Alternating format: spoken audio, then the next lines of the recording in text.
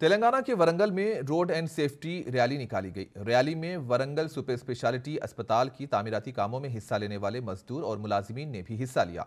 Warangal traffic inspector Babulal ने motor गाड़ी चलाने वाले अफराद से कहा कि गाड़ी चलाने के दौरान रोड सेफ्टी के कवायद पर अमल करें, जबकि उन्होंने वालिदैन से कहा कि वो कम उम्री में बच्चों को गाड़ी चलाने को ना दें।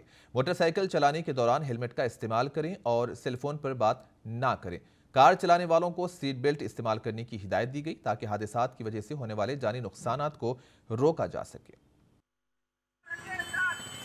मुख्य उद्देश्य ఏంటంటే ఎవరైతే రోడ్డు మీద వాహనాలు నడుపుతున్నారో అందరూ కూడా కంపల్సరీగా హెల్మెట్ అనేది ధరించాలని, అదే విధంగా కారు నడిపే వాళ్ళు కంపల్సరీగా సీట్ బెల్ట్ అనేది పెట్టుకోవాలని చెప్పేసి తాగి వాహనాలు నడపొద్దని.